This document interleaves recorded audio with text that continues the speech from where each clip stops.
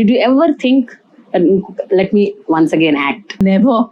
Not for a second. क्या आपको लगान की लीड एक्ट्रेस ग्रेसी सिंह याद है, जिन्होंने लगान जैसे ऑस्कर नॉमिनेटेड फिल्म में आमिर खान के ऑपोजिट तो काम किया ही, लेकिन बाद में वो मुन्ना भाई, MBBS और गंगा जल जैसे हिट फिल्मों का भी पार्ट रही। लेकिन इतना स्ट्रॉन्ग डेब्यू और हिट फिल्म्स के बाद भी ग्रेसी का करियर क्यों बॉलीवुड में चल नहीं पाया, और कैसे ग्रेसी के एक डिसीजन ने उनका बॉलीवुड करियर लगभग खत्म ही कर दिया था। और सिर्फ ग्रेसी ही नहीं, भूमिका चावला जिन्हें राजकुमार हिरानी ने अपनी फिल्म से बाहर निकाल दिया था, नम्रता शिरोडकर जिन्होंने कभी इंडस्ट्री छोड़ने का नहीं सोचा था, फिर भी उन्हें बॉलीवुड ही नहीं बल्कि पूरी एक्टिंग इंडस्ट्री ही क्विट करनी पड़ गई। और स्वदेश की एक्ट्रेस गायत्री जोशी जो सिर्फ एक फिल्म से ही लोगों की नजरों में आ चुकी थी। फिर आखिर ऐसा क्या हुआ कि ये टैलेंटेड और प्रॉमिसिंग एक्ट्रेसेस जिन्होंने हिट फिल्मों में काम किया, आज बॉलीवुड की फिल्मों से लगभग गायब सी हो गई हैं। तो चलिए जानते हैं इस वीडियो में कि आज ये एक्ट्रेसेस है कहाँ।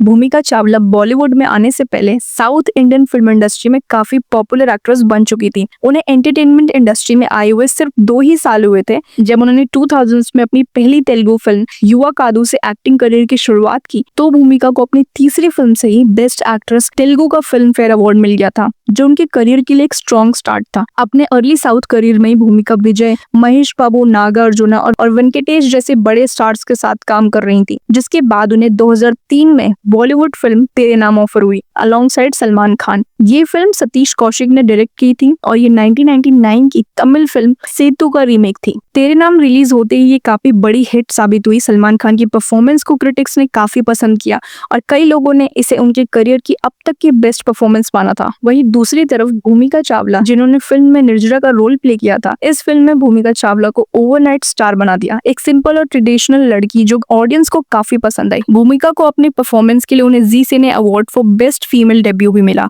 तेरे नाम के बाद सबको लगा कि भूमिका बॉलीवुड में एक स्ट्रॉन्ग पोजीशन बना लेंगी और हुआ भी कुछ ऐसा ही। उन्होंने बॉलीवुड की कई फिल्में साइन की और 2003 के बाद उन्होंने रन, दिल ने जैसे अपना कहा, सिलसिले जैसे कई फिल्में की, लेकिन ये सभी फिल्में भूमिका के करियर के लिए फ्लॉप साबित हुई। इसके साथ ही भूमिका साउथ फिल्म्स में भी काम कर रही थी और काफी अच्छी फिल्में कर रही थी। उसके बाद 2006 के बाद भूमिका की दोबारा 2 हिंदी फिल्में आती हैं, फैमिली टाइज ऑफ ब्लड जो 2006 में आई थी एंड गांधी माई फादर जो 2007 में आई थी। लेकिन भूमिका के करियर का टर्निंग पॉइंट तब आया जब उन्हें बॉलीवुड की 2 बड़ी फिल्में मिली, जिसकी वजह से उन्होंने उस साल कोई और हिंदी फिल्म साइन नहीं की। पहला था लगे रहो मुन्ना भाई, जिसमें उन्हें संजय दत्त के ऑपोजिट जानवी का रोल मिला था, लेकिन बाद में उन्हें रिप्लेस करके विद्या बालन को कास्ट किया गया और फिल्म के डायरेक्टर राजकुमार हिरानी ने उन्हें उस वक्त बिना किसी रीजन के फिल्म से निकाल दिया। दूसरी फिल्म थी 2007 की सुपरहिट फिल्म जब वी मेट, जो करीना कपूर के करियर की बेस्ट फिल्म मानी जाती है। ये फिल्म जब इनिशियल प्लानिंग स्टेज में था तब इसका नाम ट्रेन था और शाहिद कपूर की जगह बॉबी देओल को लीड रोल के लिए कास्ट किया गया था और भूमिका को इस फिल्म का फीमेल लीड ऑफर हुआ था, लेकिन बाद में प्रोडक्शन हाउस ने पूरा सेटअप बदल दिया और भूमिका का रोल करीना को मिल गया। यहाँ तक कि फिल्म का नाम चेंज करके जब भी मेट रख दिया गया। इन सब एक्सपीरियंसेस के बाद भूमिका ने बॉलीवुड से ग्रेजुअली डिस्टेंस बना लिया और दोबारा साउथ इंडियन फिल्म्स की तरफ फोकस करने लगी। उन्होंने तेलुगु और तमिल सिनेमा में लगातार काम किया और काफी समय तक काम करती रही, लेकिन हिंदी मेन स्ट्रीम ऑडियंस के लिए वो ऑलमोस्ट मिसिंग सी हो गई। एंड फाइनली 2016 में उन्होंने बॉलीवुड में कमबैक किया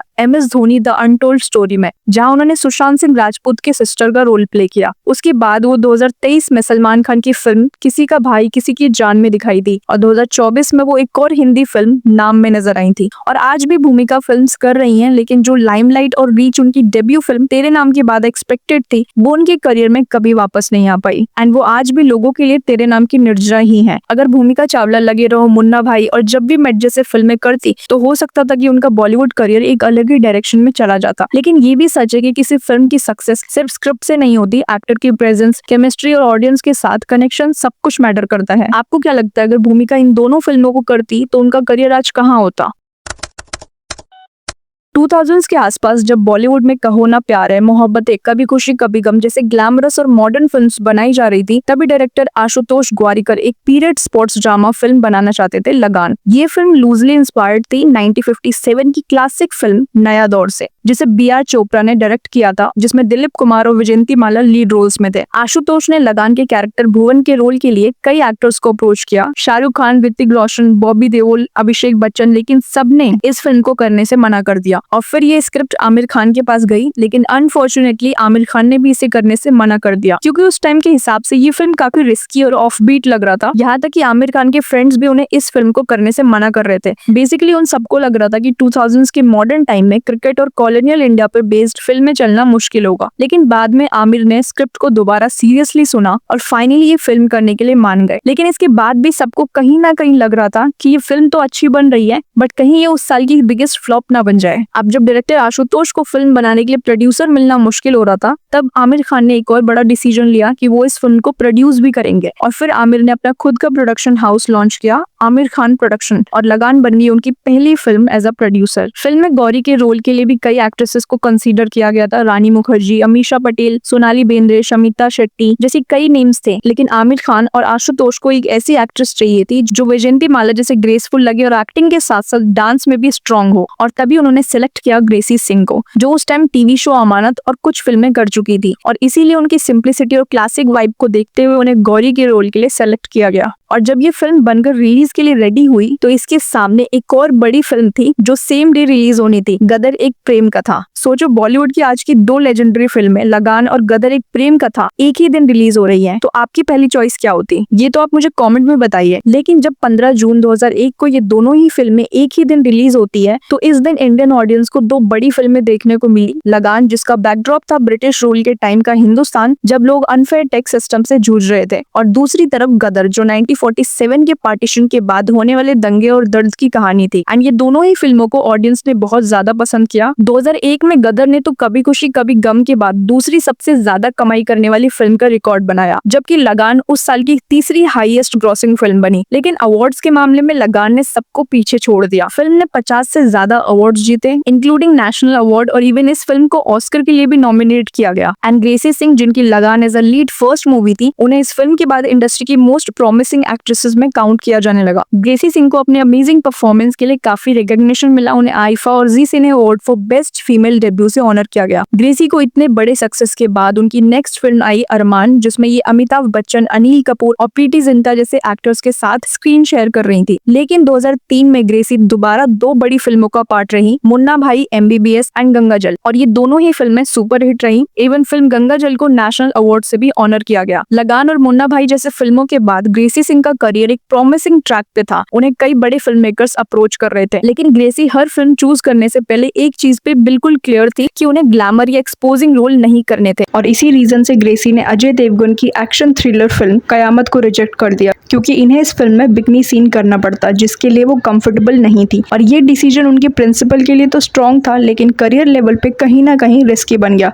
ग्रेसी सिर्फ वैसे ही रोल्स एक्सेप्ट करना चाहती थी जो उनके लगान या मुन्ना भाई के इमेज के आसपास हो, जिसके चलते उनके पास अब फिल्म के ऑफर्स आने कम हो गए। और 2004 के बाद ग्रेसी मुस्कान, वजह, अ रीजन टू किल, ये है जिंदगी जैसे कई फिल्म्स का पार्ट रही, लेकिन ये सारी फिल्में चली नहीं। और फिर आती है ग्रेसी की 2008 की फिल्म देशद्रोही, जिसके बाद ग्रेसी सिंह का करियर लगभग बॉलीवुड में फिनिश ही हो गया। इस फिल्म में ग्रेसी के साथ कमाल राशिद खान एंड मनोज तिवारी भी थे। इस फिल्म का कंटेंट इतना कंट्रोवर्शियल था कि इसे महाराष्ट्र में बैन किया गया। ग्रेसी का एक गलत चॉइस उनके बॉलीवुड करियर पे इतना भारी पड़ गया कि उन्हें बॉलीवुड में फिल्में मिलनी ही बंद हो गई, जिसके बाद वो साउथ फिल्म इंडस्ट्री की तरफ जाती हैं और वहाँ कुछ फिल्में करती हैं। ग्रेसी ने लगान से पहले भी साउथ की 2 फिल्म कर चुकी थी, और इन सब के बाद ग्रेसी ने 2012 में Brahma Kumari spiritual organisation join कर लिया। एंड 2015 में ग्रेसी ने NTV के शो संतोषी माँ से टीवी पे कमबैक किया, जहां उन्होंने देवी संतोषी का रोल प्ले किया। ये शो सक्सेसफुल रहा, लेकिन बॉलीवुड में उनकी वापस एंट्री नहीं हो पाई।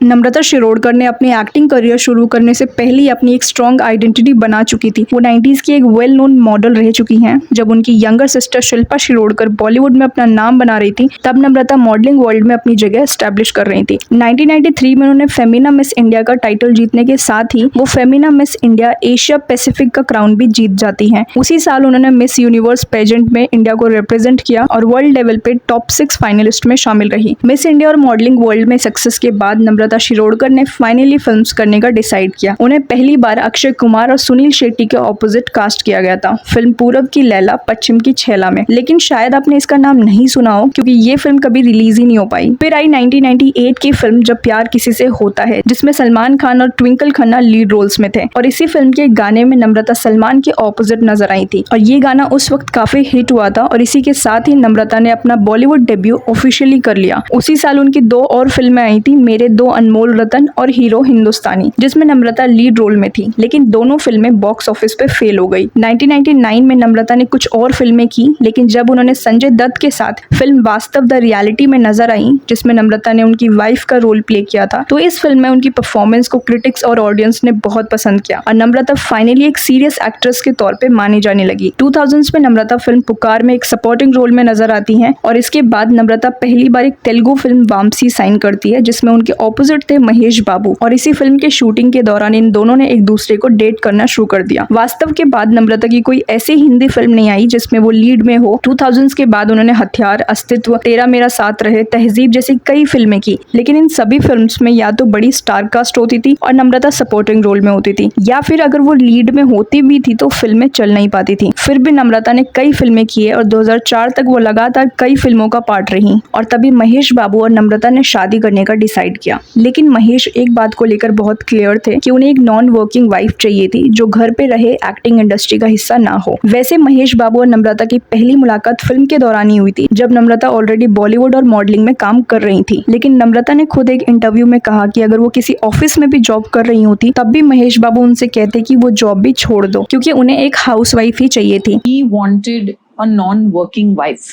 If I was working in some office, you would have told me to leave the office. I'm assuming. इसलिए नम्रता ने डिसीजन लेने में टाइम लिया और तुरंत हाँ नहीं बोला। उन्होंने अपने पहले से साइन किए हुए सारी फिल्मों की शूटिंग कंप्लीट की और उसके बाद एक्टिंग से कॉन्शियसली दूरी बना ली। नम्रता ने ये भी कहा था कि उनके और महेश के रिलेशनशिप में क्लैरिटी हमेशा से थी, जिसके बाद उन्होंने एक्टिंग क्विट की और फाइनली 2005 में नम्रता और महेश बाबू की शादी हुई और उसके बाद नम्रता सिर्फ महेश बाबू के साथ उनकी शूटिंग पे ही नजर आती थी। और 2022 में नम्रता ने महेश बाबू के साथ मिलकर फिल्म मेजर को को प्रोड्यूस किया, जो तेलुगु और हिंदी दोनों लैंग्वेजेस में रिलीज हुई थी। लेकिन एक्टिंग से नम्रता ने हमेशा के लिए डिस्टेंस बना लिया।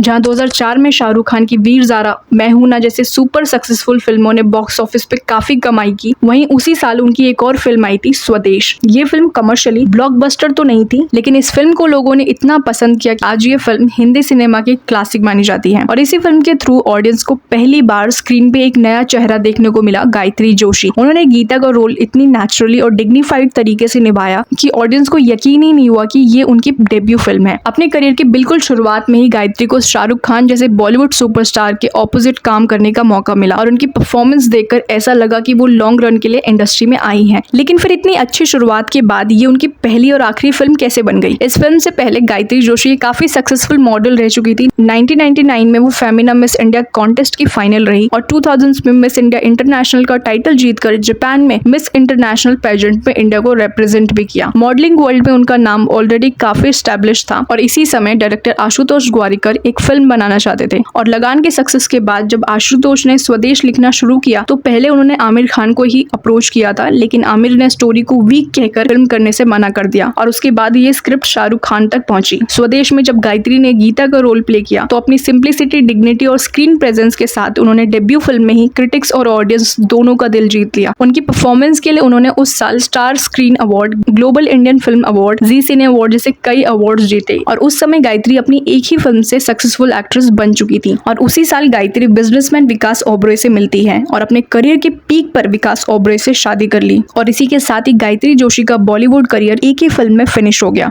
अब आप कमेंट में बताइए कि इन सभी एक्ट्रेसेस में से किसकी परफॉर्मेंस को आप सबसे ज्यादा मिस करते हैं।